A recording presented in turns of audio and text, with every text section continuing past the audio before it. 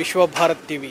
విశాఖలో వినాయక నవరాత్రి మహోత్సవాలు వైభవంగా కొనసాగుతున్నాయి. పలు చోట్ల భారీ గణనాథులు కొలువుదీరగా, మరి చోట్ల ఒక డిఫరెంట్ కాన్సెప్ట్తో వినాయకుళ్ళు అయితే కొలువుదీర్చారు. ప్రస్తుతం మనం విశాఖలోని తాటిచెట్లపాలెంలో ఉన్న లక్ష్మీనారాయణపురం 2లో ఉన్నాము. ఇక్కడ యువసేవ ఫౌండేషన్ వారు డిఫరెంట్ థీమ్తో ఎవ్రీ ఇయర్ ఇక్కడ గణనాథుని అయితే కొలువుదీరుస్తారు. అయితే ఈ ఏడాది మాత్రం ప్రత్యేకంగా ఆపరేషన్ సింధూర్ పేరిట వినాయకుడిని అయితే కొలువుదీర్చారు. సో మనతో పాటు యువసేవ ఫౌండేషన్ వ్యవస్థాపకులు హరిప్రసాద్ ఉన్నారు, ఆయనతో మాట్లాడదాం. ఏంటి సార్ ఈరోజు ఈ ఏడాది ఆపరేషన్ సింధూర్ అనే కాన్సెప్ట్ని ఎందుకు సెలెక్ట్ చేసుకోవాల్సి వచ్చింది, ఏం చెప్దామని అనుకుంటున్నారు? ముందుగా విశ్వభారత్ ప్రేక్షకులందరికీ కూడా వినాయక చవితి శుభాకాంక్షలు.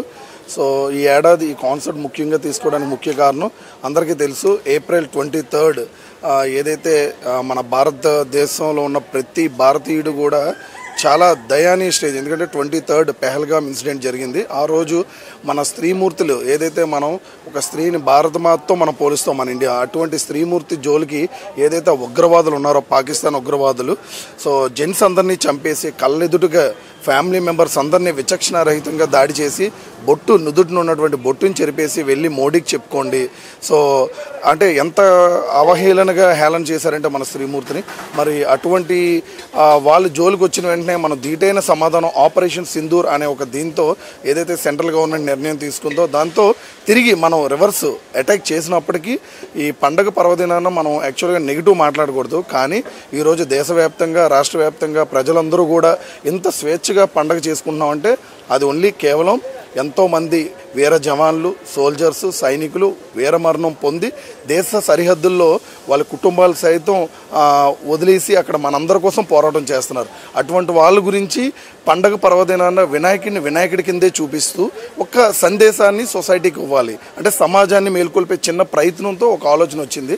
సో ఈ ఏడాది ఇక్కడ పెట్టినటువంటి కాన్సెప్ట్ మొత్తం కూడా ఎవరైతే పెహల్గామ్ ఉగ్రదాడిలో అమాయకు భారతీయుల్ని టార్గెట్ చేశారు వాళ్ళు. ఎందుకంటే దొంగ దెబ్బ తీయడం వాళ్ళకి ఎప్పుడు కూడా అది ఇదే, డైరెక్ట్గా మన భారతదేశాన్ని వాళ్ళు ఎదుర్కోలేరు.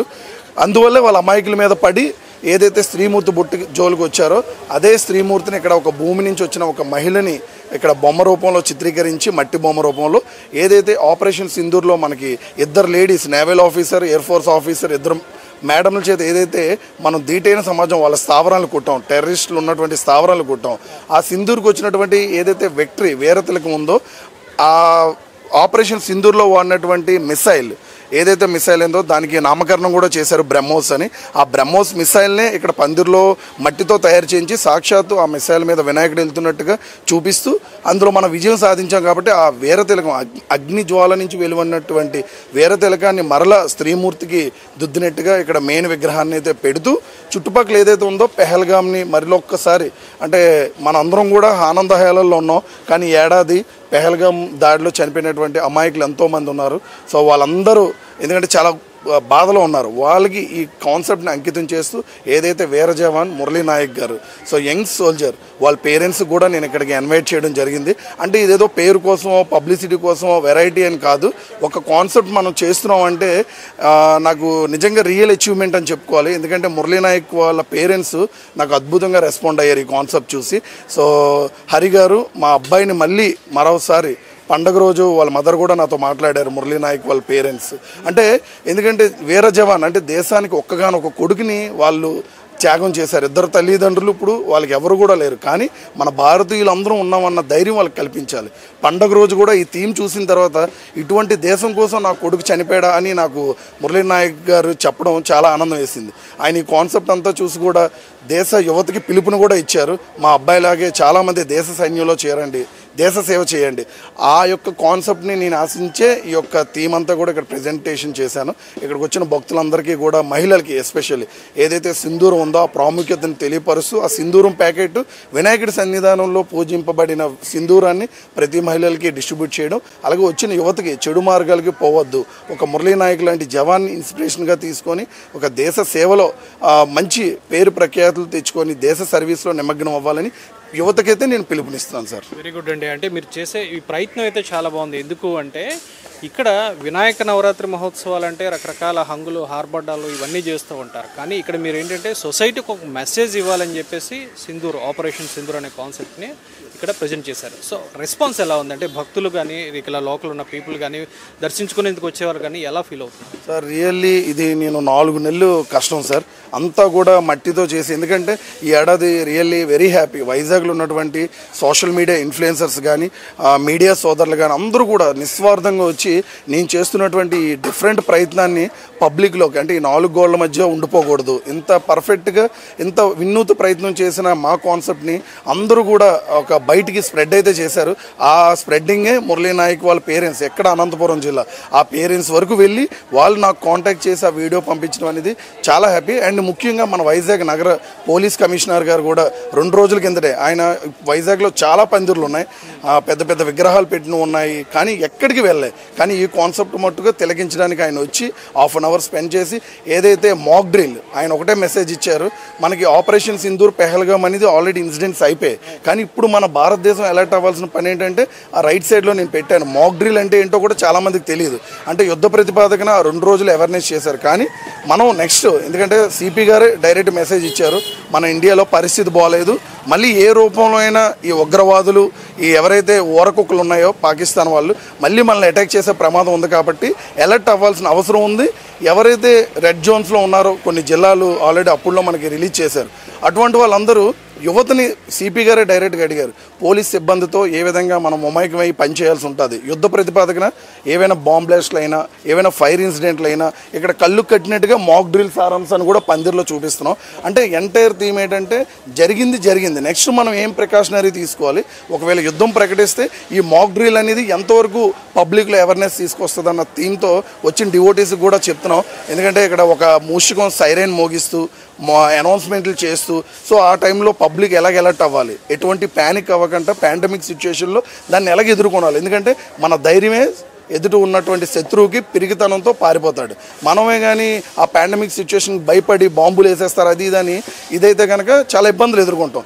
దాన్ని కూడా ఈ యొక్క కాన్సెప్ట్ ద్వారాగా పబ్లిక్లో నుంచి అవేర్నెస్ చేస్తున్నాం. అంటే ఎటువంటి సిచ్యువేషన్ అయినా మనందరం రెడీగా ఉండాలి, చెయ్యి కలిపి మన భారతీయులందరం వందే మాత్రం గట్టిగా అరిస్తే ఆ అరుపులకే వాళ్ళు ఎక్కడికో వెళ్ళిపోతారు. అటువంటి భారతదేశంలో మనం పుట్టాం. సో సాటి ఇండియన్గా భారతీయుడిగా ఈ యొక్క కాన్సెప్ట్ మొత్తం చేయడానికి నాకు చాలా హ్యాపీ అనిపించింది. ఎస్పెషల్లీ ఎంత ప్రతినిధులు ఎవరున్నా కానీ ఐపీఎస్ ఆఫీసర్ వచ్చి ఇక్కడ ఈ వీక్షించడం అనేది నాకు చాలా హ్యాపీ అనిపించింది. ఎందుకంటే ఆయన చూశారు, థీమ్ అంతా చూసి కూడా చాలా అద్భుతంగా. అలాగే ఏసీపీ గారు కూడా వచ్చారు, వెస్ట్ జోన్ ఏసీపీ పృథ్వీతేజ గారు. అంటే డిపార్ట్మెంట్ నుంచి చాలా సపోర్ట్. యుద్ధ ప్రతిపాదకన ఏదైతే ఇక్కడ వచ్చినటువంటి భక్తులకి ఒక మూషికం సైరన్ మోగిస్తూ, అంటే చాలామందికి మాక్ డ్రిల్ ఏంటి, సైరన్ మోగించడం ఏంటి, అసలు ఒకవేళ ఫైర్ అయ్యి బాంబ్ బ్లాస్ట్ అయ్యి స్మోక్ అది వచ్చేస్తే అక్కడ మనకు వస్తారు రక్షణ దళాలు కంపల్సరీ, ఎన్డీఆర్ఎఫ్ బృందాలు కానీ లోకల్లో ఉన్నటువంటి పోలీస్ సిబ్బంది కానీ వాళ్ళకి మనం ఎటువంటి సహకారం అందించాలి. అంటే యువత సైన్యంలో ఉండే కాదు, స్థానికంగా ఉంటూ ఉన్న సమాజంలో కూడా కీలక పాత్ర పోషించాలి మన బాధ్యతగా. ఎందుకంటే వాళ్ళు ఏదైతే చెప్తున్నారో అవి టైం టు టైం లిజన్ చేయడం, అందులో వృద్ధులు ఉంటారు, చిన్నపిల్లలు ఉంటారు, వాళ్ళ సురక్ష ప్లేసెస్కి ఎలాగ షిఫ్ట్ చేయాలి, ఫస్ట్ ఎయిడ్ ఇవ్వాలంటే ఫస్ట్ ఎయిడ్ సెంటర్స్కి ఎలా తరలించాలి, ఇవన్నీ కూడా ఈ ఎంటైర్ మాక్ డ్రిల్ థీమ్లో కళ్ళుకు కట్టినట్టుగా చూపిస్తూ వచ్చిన ప్రజలైతే మాక్ డ్రిల్ అంటే ఇది అని ఒక అవగాహన చేసుకుంటూ ఇక్కడికి వచ్చిన భక్తులైతే కనుక సార్ మీరు చెప్పినట్టుగా ప్రతి పందిరి దగ్గరికి వెళ్ళి వినాయకుడిని దండం పెట్టుకొని సో నాకు ఇది కావాలి లేదా నాకు ఇది అని అంటారు. కానీ నేనైతే ఒకటే కోరుకుంటున్నాను, వినాయకుడికి నా దేశం బాగుండాలి, నా దేశంలో ఉన్న ప్రజలు బాగుండాలి, నేను నా కుటుంబం కాదు నేను నా సమాజంలో ఉన్న వాళ్ళందరూ బాగుండాలి, నా స్త్రీమూర్తి అంటే మనం ఒక మదర్ నుంచే మనం వస్తాం. ఎవరైనా తల్లి అంటే మన తల్లి జోలికి వచ్చారు, మన భారతమాత తల్లి జోలికి వచ్చారు, బొట్టుని చెరిపేశారు.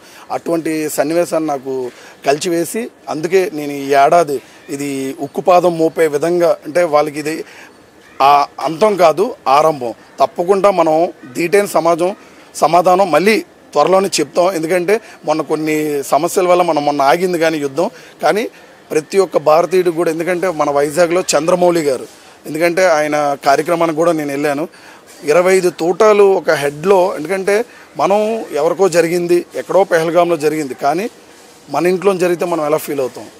సో వాళ్ళందరూ మన భారతీయులు, ఆ టైంలో వాళ్ళు ఎంత పెయిన్ అనుభవించి ఉంటారు. పక్కన కుటుంబ సభ్యుడు ఒక భర్త ఎదురుగా లేడీస్ని బెంచ్ చేయించి ఎదురుగా చూస్తుండగా నేను కాల్పులు చూస్తే ఆ బాధ ఎలా ఉంటుంది సార్, తలుచుకోవడానికే చాలా ఉన్నది. సో విఘ్నరాజుని కూడా మన సైనిక దళాలు ఎవరైతే బోర్డర్లో ఏదో ఆ 2 రోజులు అడవడయ్యి యుద్ధంలో రెస్ట్ ఇన్ పీస్ అని చెప్పి ఫ్లవర్ పెట్టడం కాదు నా ఉద్దేశం. మనం ప్రతి ఒక్క ఇంటి నుంచి కూడా డాక్టర్, ఇంజనీర్ కాదు, ఒక సైనికుడు తయారవ్వాలి.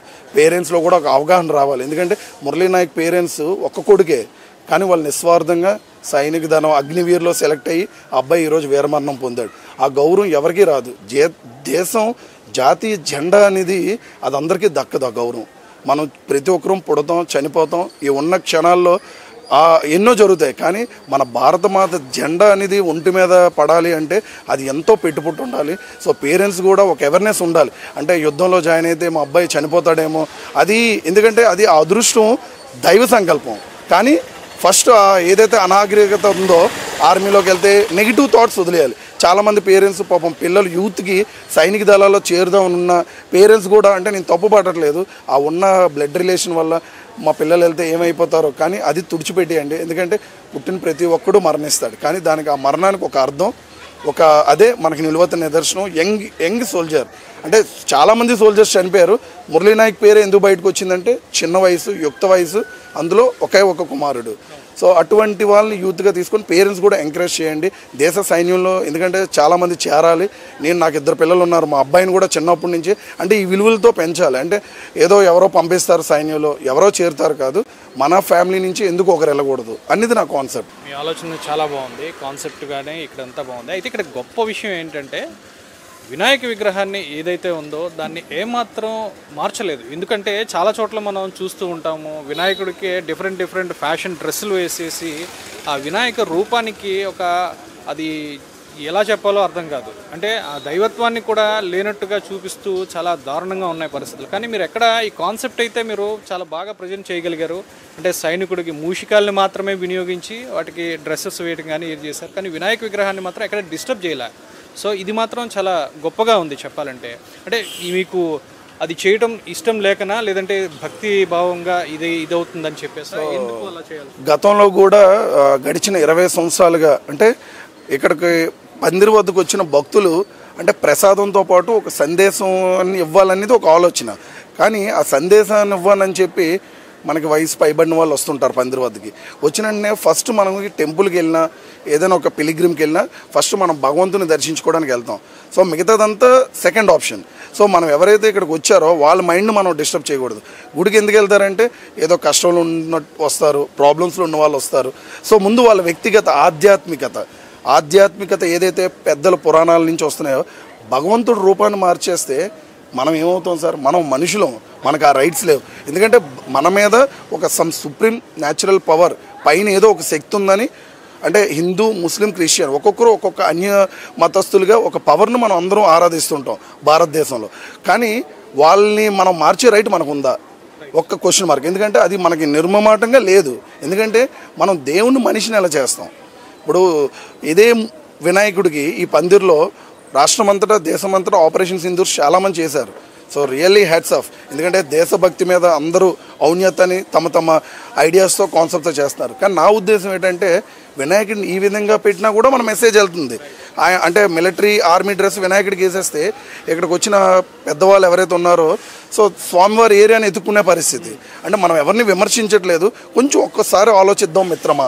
ఎందుకంటే మీ ఆలోచన చాలా గొప్పది. ఎందుకంటే అసలు వినాయక విగ్రహాన్ని అలాగే మనం చూడవచ్చు, వినాయక విగ్రహాన్ని అలాగే ఉంచి మిగతా కాన్సెప్ట్ ఏదైతే చెప్పాలని అనుకున్నారో, అంటే ఏప్రిల్ 22, 2025 భారతదేశమే కాదు యావత్ ప్రపంచం కూడా ఆ ఉగ్రమూకలు చేసిన దుశ్చర్యలను అయితే తీవ్రంగా ఖండించింది. సో ఈ కాన్సెప్ట్ని తీసుకుని అనంతరం వితిన్ 15 డేస్లోనే ఇండియా ఆపరేషన్ సింధూర్ పేరిట ఉగ్రవాదులపై తీవ్రమైన దాడులు పాల్పడుతూ ఉగ్ర స్థావరాలను సైతం లేపేసి చాలా ధీటైన సమాధానం చెప్పింది. సో ఈ కాన్సెప్ట్ని తీసుకొని ఇక్కడ ఆపరేషన్ సింధూర్ పేరిట అయితే ఇక్కడ ప్రజలకి అంటే భక్తి భావంతో పాటు ప్రజలకు ఒక మెసేజ్ ఇవ్వాలనే ఒక మంచి కాన్సెప్ట్ని అయితే ఈరోజు వీళ్ళు సెలెక్ట్ చేయడం జరిగింది. నిజంగా అభినందనీయమనే చెప్పాలి. వీడియో జర్నలిస్ట్ రాఘవ్తో శ్రీనివాస్, విశ్వభారత్ టీవీ, విశాఖ నుంచి.